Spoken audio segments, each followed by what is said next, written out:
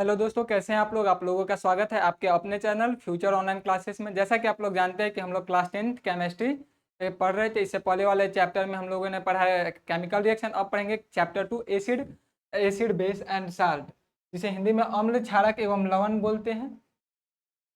अब पढ़ेंगे अम्ल। अम्ल किसे कहते हैं? अम्ल के परिभाषा, अम्ल क्लास 8 में भी था और क्लास 8 में भी इसके बारे में कुछ डिफिनीशन पढ़े थे कि अम्ल किसे कहते हैं। अम्ल मतलब उसमें हम जानते थे कि अम्ल, उसका परिभाषा था कि जो स्वाद में खट्टा हो। मतलब नीले लिटमस पेपर को, लिटमस पेपर जब हम अम्ल में डालें तो क्या कर दे? लाल कर दे। उसको किसे कहते हैं? अम्ल कहते हैं। लेकिन क्लास 10th में एक अम्ल का नया डिफिनीशन आया है, एक न्यू डिफिनीशन आ जाता है। अम्ल, अम्ल की परिभाषा। अम्ल को अंग्रेजी भाषा में क्या बोलते हैं? एसिड बोलते हैं। अम्ल को अंग्रेजी भाषा में क्या कहते हैं? एसिड कहते हैं।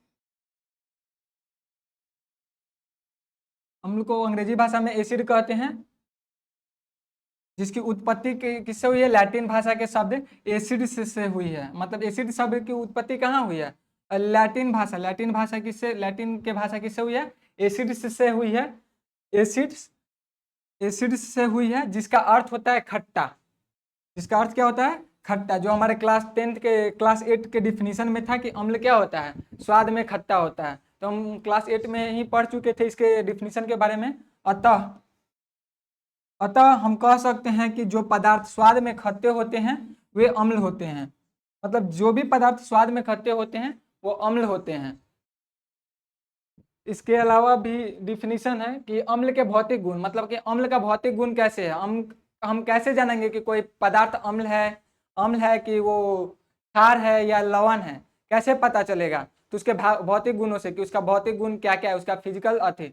जैसे कि स्वाद में खट्टा। अम्ल क्या होता है? स्वाद में खट्टा होता है। मतलब जो भी चीज खट्टा होता है वो अम्ल हो गया। जैसे कि नींबू। नींबू क्या है? खट्टा है, तो क्या हुआ? एसिड हो गया। इसके अलावा है, उसके अलावा बात करें कि अस- कोई चीज खराब हो जाता है। मतलब जैसे पढ़े थे कि सब्जी, इससे पहले वाले आती लेक्चर में पढ़े थे, इससे पहले वाले चैप्टर में पढ़े थे क्या, कि आती ऑक्सीडेशन हो जाता है। जब खाद्य पदार्थ का ऑक्सीडेशन हो जाता है तो क्या करता है? खट्टा हो जाता है। वो खट्टा क्या होता है? ऑक्सीडेशन होने के कारण वो खट्टा हो जाता है। मतलब उसमें अम्ल की मात्रा आ जाती है। उसके अलावा भी बहुत सारे चीज होते हैं जो खट्टा होते हैं। जैसे दही, दही खट्टा होता है, उसमें क्या पाया जाता है? एसिड ही होता है। उसके अलावा इमली, सेब, ये सब इसमें क्या है? खट्टा। मतलब वो सब क्या? अम्ल है। नीले लिटमस पेपर को लाल कर देता है, लाल कर देता है। अम्ल क्या करता है? नीले लिटमस पेपर को, लिटमस पेपर का ऐसे रंग, मतलब लिटमस पेपर जो आता है, जिस पेड़ से मिलता है, उसका असली रंग क्या होता है? बैगनी होता है। मतलब वो जब वो लिटमस पेपर का असली रंग कैसा होता है? जब हम उसे पेड़ से, ना वो एसिडिक हो ना बेस हो, तो उसका रंग कैसा होता है? बैगनी होता है। लेकिन जब उसे को हम जब अम्ल में डालते हैं तो वो उसको किस में बदल देता है? लाल कलर में बदल देता है। तो अम्ल क्या करता है? नीले लिटमस पेपर को लाल कर देता है। तो इससे हमको इसको भौतिक गुण के पता चल जाता है कि हाँ, ये अम्ल है। तो अम्ल को जानने के लिए लिटमस पेपर जलीय विलयन में H+ आयन देता है। यही है न्यू डिफिनीशन जो हम बोले थे कि क्लास 10th में आता है। यही है कि जब भी हम एसिड को जल में डालते हैं तो क्या करता है? H+ आयन देता है। मतलब कि जब भी हम किसी भी एसिड को, जैसे hydrochloric acid, hydrochloric acid HCl को जब हम जल में डालेंगे, हाइड्रोक्लोरिक एसिड को जब हम जल में डालेंगे तो ये क्या करेगा? ये H2 आयन, H+ आयन देगा, H+ आयन देगा। ये इसे रिएक्ट रिएक्ट करके क्या देगा? H+ आयन देगा। तो ये क्या हो गया? जलीय विलयन में जाके क्या करता है? H+ आयन का निर्माण करता है। जलीय विलयन में विद्युत धारा प्रवाहित करता है। मतलब ऐसे कि जब हम बिजली के तार को ऐसे जल में डालते हैं तो क्या होता है? उससे करंट सप्लाई नहीं होता है। लेकिन जब हम उसमें HCl मौजूद है, मतलब जब उसमें एसिड मौजूद है, तो एसिड के मौजूद से क्या होता है? एसिड H+ आयन देता है, और H+ आयन देने के कारण वो विद्युत धारा को प्रवाहित करने में मदद कर देता है। मतलब एसिड में पहले से किसी भी तरह का इलेक्ट्रॉन और नहीं था जो उसको विद्युत धारा को प्रवाहित करने में मदद करता है। लेकिन हाइड्रो मतलब एसिड के उपस्थिति, मतलब अम्ल के उपस्थिति के कारण वो क्या करता होता है? H+ आयन दे देता है, और H+ आयन के कारण क्या होता है? उससे विद्युत धारा का प्रवाहित होने लगता है। मतलब कि ये इसका क्या हो गया? भौतिक गुण हो गया। भौतिक गुण: स्वाद में खट्टा, नीले लिटमस पेपर को लाल कर देना, जलीय विलयन में H+ आयन देना और विद्युत धारा को प्रवाहित करना, ये सब क्या है? अम्ल के भौतिक गुण। इसके आगे बात करें कि अम्ल के रासायनिक गुण। रासायनिक गुण क्या हो गया? ये तो भौतिक गुण पढ़ लिया कि इसका भौतिक गुण क्या क्या है, मतलब अब इसका रासायनिक मतलब ये जब किसी भी तरह के केमिकल से रिएक्ट करता है तो क्या होता है? जब भी अम्ल धातु से अभिक्रिया करेगा, धातु के साथ अभिक्रिया करता है, जब भी अम्ल धातु के साथ अभिक्रिया करता है तो H2 निष्कासित करता है। मतलब जब भी अम्ल क्या है, जब भी अम्ल धातु से अभिक्रिया करता है, जब भी बात करें कि अम्ल धातु से अभिक्रिया करेगा तो क्या H2 निकालता है, H2 निष्कासित करता है। और उसके अलावा वो एक कंपाउंड बना लेगा। जैसे बात करें कि पोटेशियम जब HCl से अभिक्रिया करेगा तो क्या बनाएगा? KCl बना देगा प्लस H2 गैस को निकाल देगा। तो ये क्या है? ये एक धातु है, ये क्या है? धातु है, मेटल। और ये क्या है? एसिड है। और मेटल और एसिड मिलकर क्या बनाया? H2 गैस को निष्कासित किया। तो ये लिखा है धातु जब धातु के साथ अभिक्रिया करने के बाद क्या करता है? H2 गैस का निष्कासित करता है। उसके बाद करें धातु कार्बोनेट या हाइड्रोजन कार्बोनेट। धातु कार्बोनेट या हाइड्रोजन कार्बोनेट मतलब कि HCO3- मतलब धातु कार्बोनेट या हाइड्रोजन कार्बोनेट के साथ अभिक्रिया करके क्या करता है? CO2 को निष्कासित करता है। तो ये किसका हो गया? ये क्या हो गया? ये इसका भौतिक गुण है कि जब भी अम्ल धातु के साथ अभिक्रिया, धातु कार्बोनेट या हाइड्रोजन कार्बोनेट के साथ अभिक्रिया करता है तो क्या करता है? CO2 को निष्कासित करता है। जैसे कि एग्जांपल से बात करें,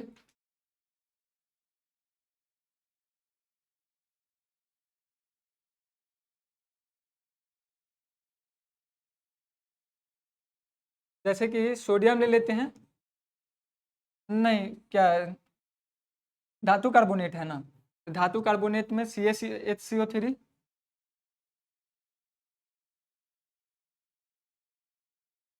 जब भी धातु कार्बोनेट के साथ अभिक्रिया करेगा, अम्ल के साथ अभिक्रिया करेगा तो क्या निकालता है? CO2 का निर्माण करता है। धातु कार्बोनेट CaCO3 होगा, ये CO3, ये बना लेगा Cl2 plus CO2 plus H2O का निर्माण करेगा। तो ये क्या होता है? धातु कार्बोनेट या हाइड्रोजन कार्बोनेट के साथ जब अभिक्रिया करता है अम्ल तो क्या किस चीज का निर्माण करता है? कार्बन डाइऑक्साइड CO2 का निर्माण करता है। इसके आगे बात करें कि कुछ धातु ऑक्साइड अम्ल के साथ अभिक्रिया कर लवण और जल बनाते हैं। मतलब कुछ धातु ऑक्साइड होता है जो अम्ल के साथ अभिक्रिया करके क्या बनाता है? धातु के साथ अभिक्रिया करके अम्ल और लवण का निर्माण करते हैं। जैसे कि बात करें कि सोडियम क्या है? एक धातु है और ये किससे अभिक्रिया करेगा? HCl से अभिक्रिया करेगा। तो ये कुछ धातु ऑक्साइड अम्ल के साथ अभिक्रिया करके, कुछ धातु ऑक्साइड अम्ल के साथ अभिक्रिया करके जल बनाते हैं। और क्या ये क्या बना लेगा? Sodium oxide.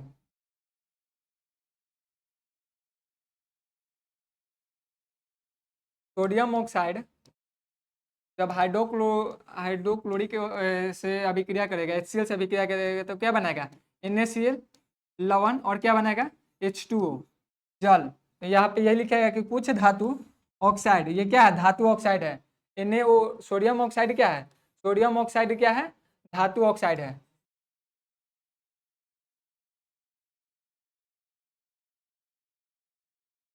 NaCl धातु ऑक्साइड है।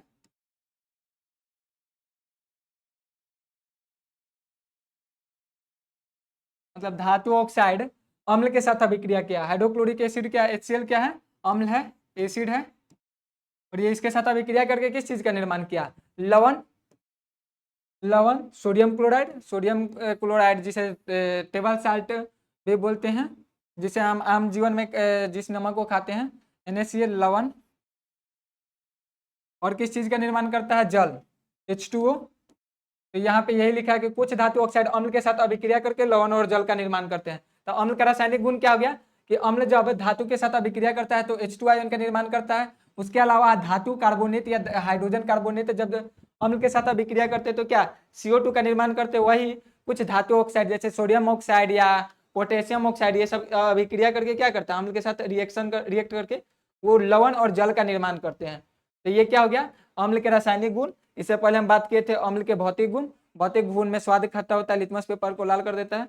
अब आगे बात करते हैं कि अम्ल के प्राकृतिक स्रोत, मतलब कि अम्ल प्राकृतिक में कहाँ कहाँ पाया जाता है, मतलब कि प्राकृतिक द्वारा हमको अम्ल कैसे प्राप्त होता है। तो ये हो गया नींबू। नींबू से नींबू क्या हो गया, नींबू में अम्ल पाया जाता है। जो पहले हम बोले थे कि नींबू में क्या होता है अम्ल पाया जाता है क्योंकि यह स्वाद में खट्टा होता है, जिसका नाम है साइट्रिक एसिड। नींबू नींबू में कोई क्या पाया जाता है सिट्रिक एसिड, सिट्रिक अम्ल साइट्रिक एसिड जिसका फॉर्मूला होता है C6H8O7। C6H8O7 किसका फॉर्मूला है, साइट्रिक अम्ल का फॉर्मूला है C6H8O7। तो नींबू क्या है, नींबू एक प्राकृतिक स्रोत है।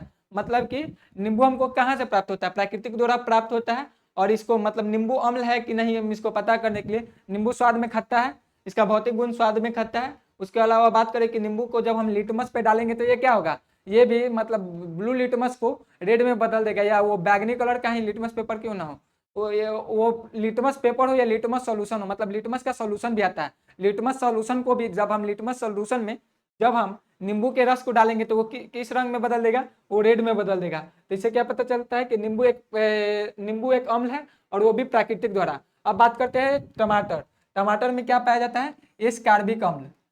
टमाटर में क्या पाया जाता है एस्कार्बिक अम्ल जिसका फॉर्मूला होता है C6H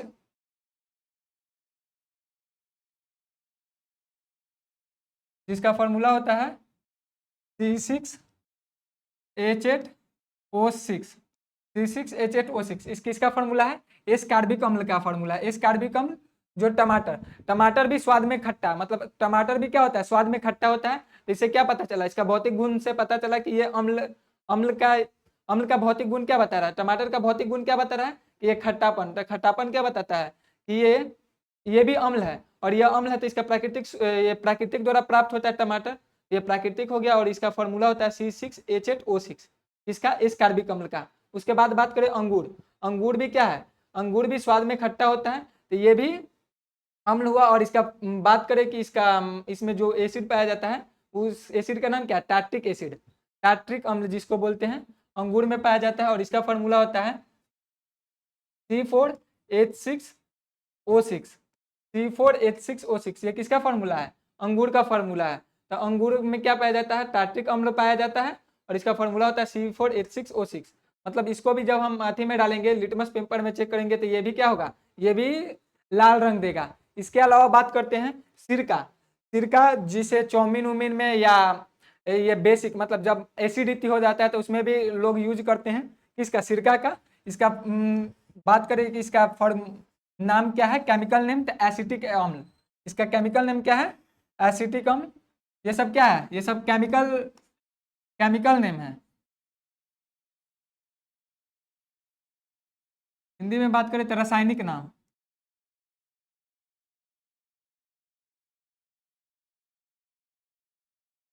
ये सब रासायनिक नाम है। तो सिरका का क्या फॉर्मूला होता है एसिटिक अम्ल, जिसका फॉर्मूला था एसिटिक अम्ल का CH3COOH।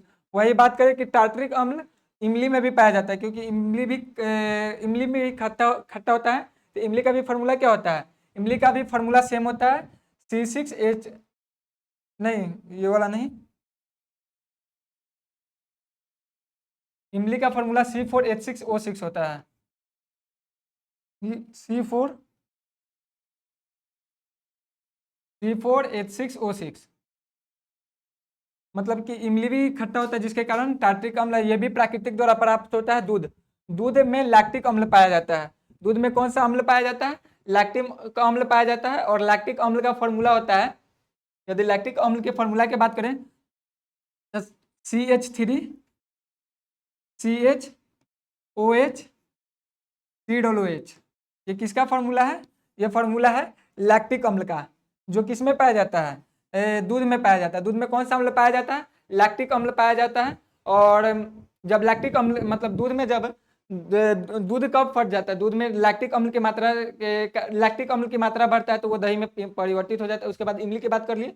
और सेब, सेब में क्या पाया जाता है, सेब में मैलिक अम्ल पाया जाता है, सेब में मैलिक अम्ल पाया जाता है और सेब का भी स्वाद खट्टा होता है।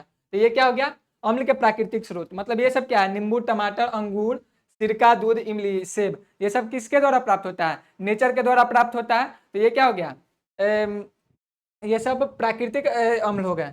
अब बात करते हैं अम्लों के प्रकार। ये अम्ल कितने प्रकार के होते हैं, types of acid, types of acid.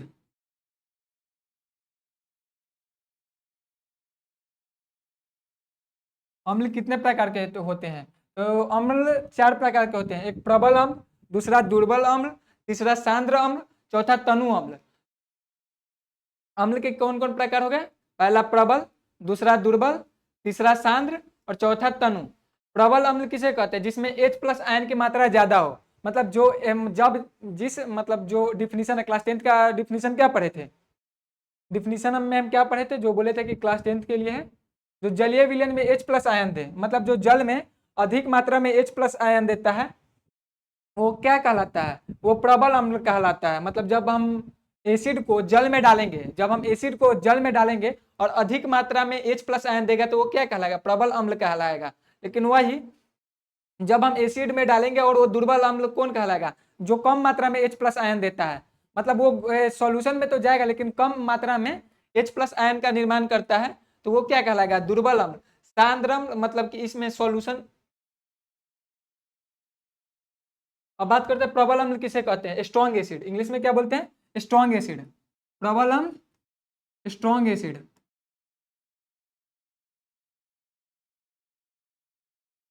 प्रबल अम्ल किसे कहते हैं, वे अम्ल जो जलीय विलयन पूर्ण आयनित हो जाए। मतलब वे अम्ल जो जलीय विलयन में पूर्णतः, मतलब पूर्ण रूप से, क्या, पूर्ण रूप से आयनित हो जाए। मतलब वो अपना पूरा आयन क्या करे, जलीय विलयन में निकाल दे।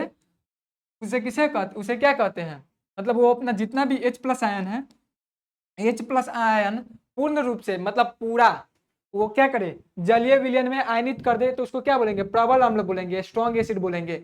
और जिसका एग्जाम्पल बात करें तो sulphuric acid, sulphuric acid, sulphuric अम्ल H2SO4, जिसका फॉर्मूला होता है H2SO4, किसका फॉर्मूला है, सल्फ्यूरिक अम्ल का। उसके बाद बात करते हैं हाइड्रोक्लोरिक अम्ल, HCl। हाइड्रोक्लोरिक अम्ल यही हमारे आमाशय में भी पाया जाता है, जो हम बायोलॉजी के चैप्टर फर्स्ट में पढ़े थे कि हाइड्रोक्लोरिक अम्ल कहाँ पाया जाता है, हमारे आमाशय में पाया जाता है। और ये बहुत ही खतरनाक अम्ल होता है, मतलब कि बॉडी पर, मतलब इसका पीएच मान लगभग 1 होता है, और पीएच स्केल पर जब इसका मान नापे तो इसका कितना होता है, लगभग 1 होता है। और ये बहुत ही खतरनाक होता है, मतलब कहीं भी बॉडी के किसी भी अति पर गिरे तो वो उसको गला देगा। तो हमारे आमाशय में एक ऐसा मांस पाया जाता है जो इसके असर को काम नहीं करने देता, जो हम बायोलॉजी में बात कर चुके हैं। उसके बाद बात करें नाइट्रिक अम्ल, नाइट्रिक अम्ल जिसका फॉर्मूला होता है HNO3। HNO3 किसका फॉर्मूला है, नाइट्रिक अम्ल का फॉर्मूला है HNO3। हाइड्रोब्रोमिक अम्ल आदि किसका एग्जाम्पल है, प्रबल अम्ल के उदाहरण है। ये सब क्या है, प्रबल अम्ल के उदाहरण है। तो प्रबल अम्ल कौन कौन है, हाइड्रो हाइड्रोब्रोमी हाइड्रोब्रोमिक अम्ल, हाइड्रोब्रोमिक अम्ल। उसके बाद बात करें HNO3 जिसे नाइट्रिक अम्ल बोलते हैं, हाइड्रोक्लोरिक अम्ल, सल्फ्यूरिक अम्ल, H2SO4, ये सब किसका एग्जाम्पल है, प्रबल अम्ल का। प्रबल अम्ल किसे कहते हैं, जो अपना पूरा आयन जलीय विलयन में आयनित कर देते हैं उसे प्रबल अम्ल कहते हैं। अब बात करते हैं दुर्बल अम्ल, मतलब वीक एसिड। अच्छा, प्रबल अम्ल के बारे में और दिया हुआ, प्रबल अम्ल में प्रोटॉन अर्थात hydrogen ion H plus ion, H plus ion, प्रबल अम्ल में प्रोटॉन अर्थात hydrogen ion H plus ion त्याग करने की उच्च क्षमता होती है। अर्थात प्रबल अम्ल अपने संघटक तत्वों के आयनों में विखंडित हो जाते हैं।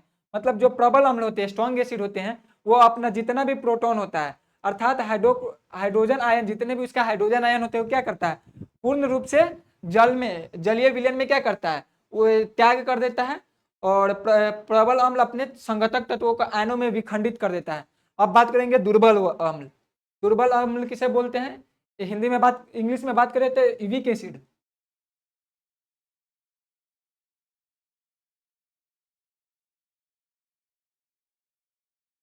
दुर्बल अम्ल किसे कहते हैं? अब बात करते हैं कि दुर्बल अम्ल किसे कहते हैं? अम्ल जो जलीय विलयन में पूर्णतः आयनित न हो, होकर आंशिक रूप से आयनित हो।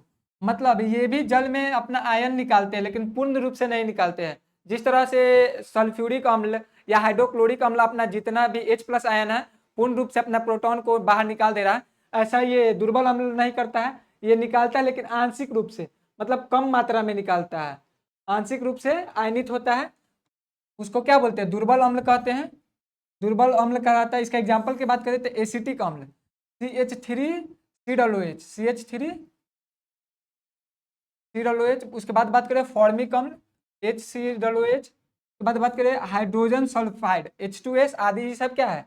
ये सब दुर्बल अम्ल के उदाहरण है। और प्राकृतिक अम्ल, मतलब जितने भी प्राकृतिक अम्ल है वो सब दुर्बल अम्ल है। वो स्ट्रॉन्ग एसिड होगा, मतलब प्राकृतिक अम्ल भी स्ट्रॉन्ग एसिड होगा तो वो हमारे लिए हानिकारक हो सकता है। मतलब जितने भी प्राकृतिक अम्ल है जिसको हम यूज करते हैं खाने के लिए, वो सब क्या है? वो सब दुर्बल अम्ल है। जैसे कि एसिटिक एसिड CH3COOH जो हमारे हाथी में पाया जाता है, वो क्या है? दुर्बल अम्ल ही है। उसके बाद दुर्बल अम्ल अपने हाइड्रोजन आयनों का पूर्णतः त्याग नहीं करता है। दुर्बल अम्ल क्या करता है? अपने आयनों का पूर्णतः त्याग नहीं करता, मतलब पूरे तरह से नहीं निकालता है, जलीय विलयन में पूर्ण तरह से नहीं निकालता है। समान सांद्रता पर दुर्बल अम्लों का पीएच मान प्रबल अम्लों से अधिक होता है। मतलब समान सांद्रता पर दुर्बल अम्ल, मतलब पीएच मान की बात करें तो प्रबल अम्लों से अधिक होता है इसका पीएच मान। पीएच मान आगे पढ़ेंगे कि पीएच मान क्या होता है, पीएच स्केल क्या होता है। अब बात करेंगे सांद्र अम्ल, जिसमें अम्ल अधिक मात्रा में होता है जबकि जल जल अल्प मात्रा में। मतलब कि हाइड्रोक्लोरिक एसिड मतलब HCl में हम अल्प मात्रा में, कम मात्रा में H2O को मिलाते हैं तो क्या हो जाएगा? सांद्र अम्ल। मतलब कि एसिड में हम कम मात्रा में अम्ल को मिलाते हैं, जल को मिलाते हैं जिसमें अम्ल अधिक मात्रा में हो, जबकि जल अल्प मात्रा में। जल किस मात्रा में हो? अल्प मात्रा में। और अम्ल किस मात्रा में हो? अधिक मात्रा में। मतलब कि हाइड्रोक्लोरिक एसिड की मात्रा अधिक हो, मतलब हम इसको क्या डालते हैं? अधिक डालते हैं। एसिड कम डालते हैं, एसिड ज्यादा डालते हैं, और H2O मतलब जल को कम मात्रा में डालते हैं तो क्या बनेगा? सांद्र अम्ल का निर्माण करेगा। वही वो सल्फ्यूरिक अम्ल में भी हम वही करेंगे जिसमें अब बात करते हैं तनु अम्ल किसे बोलते हैं? जिसमें अम्ल अल्प मात्रा में होती है जबकि जल अधिक मात्रा में। वही हम क्या करें कि हाइड्रोक्लोरिक एसिड में अधिक मात्रा में जल डाल दे तो क्या हो जाएगा? तनु अम्ल का निर्माण कर लेगा। अब बात करते हैं क्षारक।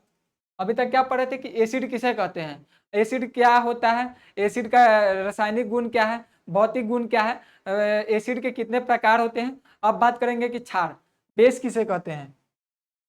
क्षारक जिसे बेस कहते हैं ऐसे पदार्थ जिनका स्वाद कड़वा हो और जो स्पर्श करने पर साबुन जैसा लगते हैं, क्षारक कहलाते हैं।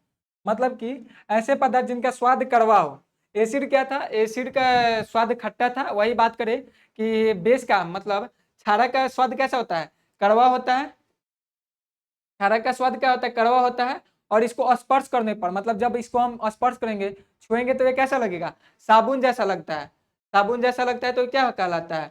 बेस कहलाता है। और साबुन में क्या पाया जाता है? साबुन में बेस ही पाया जाता है, मतलब क्षारक ही पाया जाता है। अब बात करते हैं क्षारक के गुण क्या है, मतलब क्षारक के भौतिक गुण। जैसे कि हम एसिड के भौतिक गुण की बात किए थे, उसी तरह से बेस के भी भौतिक गुण की बात करेंगे। मतलब कि स्वाद में कड़वा, मतलब कि इसका स्वाद कैसा होता है? कड़वा होता है। जब हम बेस लेंगे तो इसका स्वाद कैसा होगा? कड़वा होगा। जैसे कि बेस में क्या लेते हैं? एसिड बना लेता है, तो जब हमारे पेट में एसिडिटी बना लेता है तो हम क्या लेते हैं? इनो लेते हैं। इसके अलावा हम बात करें वेनिगर, वेनिगर भी क्या है? बेस ही है, तो उसका स्वाद हल्का हल्का कड़वा की तरह होता है। तो स्वाद में क्या होता है? कड़वा होता है। लाल लिटमस को नीला कर देता है। एसिड क्या करता था? एसिड नीले लिटमस या बैगनी लिटमस को क्या कर देता था? जल बैगनी लिटमस को वो लाल कर देता था। लेकिन वही क्षार क्या करता है? लाल लिटमस पेपर, लाल लिटमस पेपर हो या बैगनी लिटमस पेपर, जो प्राकृतिक रूप से लिटमस पेपर पाया जाता है वो कैसा होता है? बैगनी कलर का होता है। तो बैगनी लिटमस पेपर या लाल लिटमस पेपर को किस में बदल देता है? नीले नीला में परिवर्तित कर देता है। या वो लिटमस का सॉल्यूशन ही क्यों ना हो। तो ये क्या हो गया? इसका भौतिक गुण। जलीय विलयन में, मतलब जब हम जलीय विलयन में क्या करता है? OH माइनस आयन देता है। जैसे कि अम्ल क्या करता था, अम्ल जल में क्या करता है, H प्लस आयन का H प्लस आयन को निकालता है। उसी तरह बेस क्या करता है, OH माइनस अम्ल का OH electron ion OH electron बाहर निकालता है जलीय विलयन में। ये क्या हो गया, क्लास 10th का डिफिनेशन हो गया।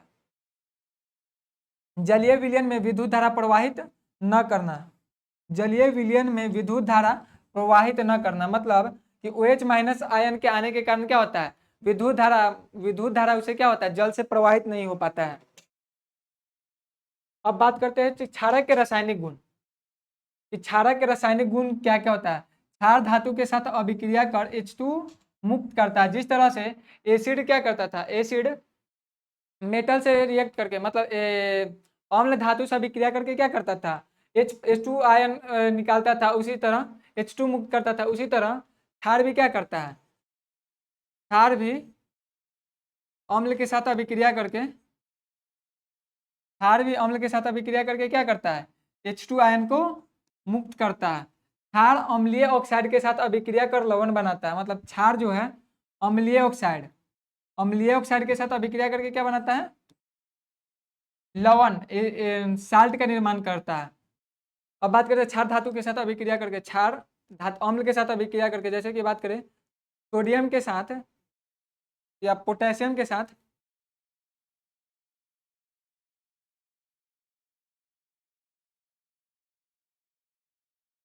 सोडियम हाइड्रोक्साइड अभिक्रिया करेगा तो क्या बनाएगा, पोटेशियम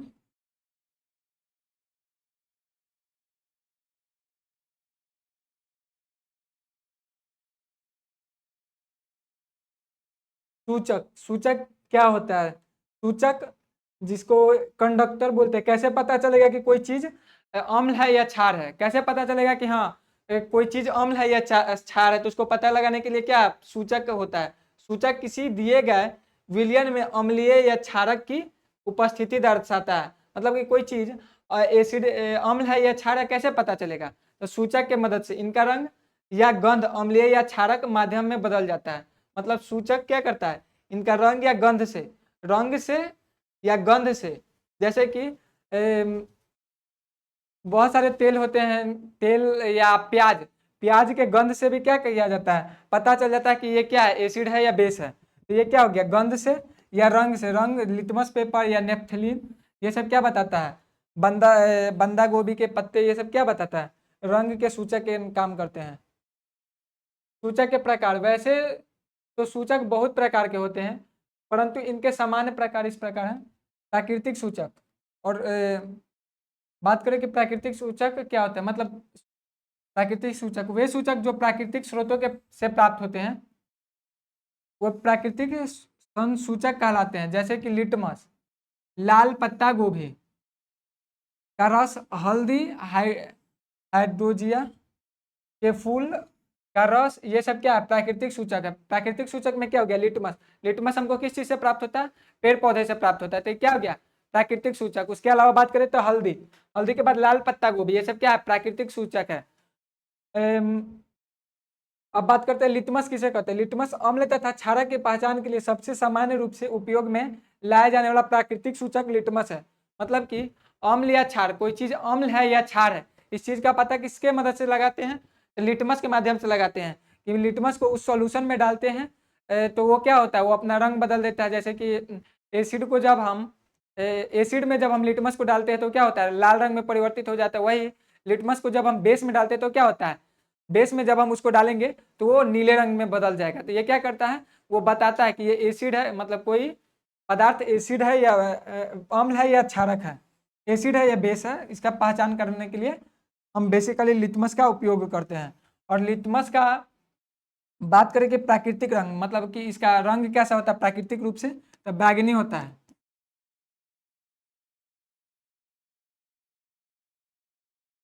आगे बात करें तो लिटमस को लाइकेन, शैवाल से प्राप्त किया जाता है। लिटमस को किससे प्राप्त किया जाता है, शैवाल से प्राप्त किया जाता है। लिटमस लिटमस विलियन के रूप में तथा लिटमस विलियन के रूप में तथा कागज की पट्टियों के रूप में उपलब्ध होता है। इन कागज की पट्टियों को लिटमस पत्र कहते हैं। मतलब लिटमस का क्या होता है, लिटमस का विलयन भी होता है, सॉल्यूशन भी पाया जाता है, और ये कागज का भी होता है, कागज का भी पट्टी की तरह होता है, जो क्या करता है कि उपलब्ध होता है। इन कागज की पट्टियों को लिटमस पत्र, उसको क्या बोलते हैं, जो विलयन के रूप में होता है उसको सॉल्यूशन बोलते हैं, लिटमस सॉल्यूशन। वही जो कागज की पट्टियों के रूप में पाया जाता है उसको क्या बोलते हैं, लिटमस पत्र बोलते हैं। बात करें लिटमस पत्र, दो रंगों का होता है, एक नीला एवं लाल। एक क्या होता है, एक नीला होता है, एक लाल होता है। अम्ल अम्ल क्या करता है, अम्ल नीले को लाल में, अम्ल नीले लिटमस पे पत्र को लाल कर देता है, जबकि क्षार लिटमस लाल लिटमस को पत्र को क्या करता है, नीले में परिवर्तित कर देता है। अम्ल क्या करता है, अम्ल नीले को लाल में बदल देता है, वही बेस क्या करता है, मतलब क्षार लाल लिटमस को नीले में परिवर्तित कर देता है। अब बात करेंगे कि हल्दी, हल्दी किस तरह से प्राकृतिक सूचक में काम आता है। मतलब कि किसी तरह से हमारे कपड़े पर हल्दी गिर जाता है, तो उसको हम क्या करते हैं, जब धोते हैं तो क्या होता है, वो अपना रंग बदल बदल कर थोड़ा भूरे रंग का हो जाता है। तो क्या हुआ, वो बताता है कि मतलब वो हल्दी क्या है, वो जब हम उस पर सर्फ डालते हैं तो क्या होता है, बेस होता है, और वो उसके क्या करता है, रंग में परिवर्तित आ जाता है। हल्दी भी एक अन्य प्रकार का हल्दी भी एक अन्य प्रकार का प्राकृतिक सूचक है। प्राकृतिक सूचक है का मतलब क्या, ये हमको प्राकृतिक रूप से प्राप्त होता है। यह पीले रंग का होता है, यह पीले रंग का होता है। कई बार आपने देखा होगा जब किसी सफेद कपड़े पर, कई बार आपने देखा होगा जब किसी सफेद कपड़ों पर सब्जी का दाग लग जाता है, और जब इसे साबुन, मतलब क्षारीय साबुन क्या होता है, क्षारीय होता है, बेस होता है, या सर्फ से धोते, तो ये क्या करता है, उस दाग के धब्बे को भूरा, उस दाग के धब्बे को क्या करता है, भूरा लाल रंग का कर देता है, भूरे भूरे या लाल रंग के रंग को कर देता है। अम्ल के साथ हल्दी के रंग में कोई परिवर्तन नहीं आता है। वही अम्ल को इस साथ जब हम हल्दी को, अम्ल में जब हम हल्दी को डालेंगे तो किसी भी तरह का रंग नहीं परिवर्तित करता है। लेकिन वही जब वो बेस में जाता है, क्षार के साथ जाता है, तो क्या करता है, वो अपने रंग में परिवर्तित कर देता है, रंग में परिवर्तन ले आता है। क्षारक के साथ इसका रंग, वही बात करें कि क्षारक के साथ इसका रंग क्या होता है, भूरे या लाल रंग का हो जाता है। तो आज क्या क्या पढ़े, आज पढ़े कि अम्ल क्या होता है, क्षार क्या होता है, अम्ल के भौतिक गुण, रासायनिक गुण कहाँ से प्राप्त होता है। तो आज के लिए इतना ही, आगे के लिए हम नेक्स्ट अध्याय में बात करेंगे। Thank you.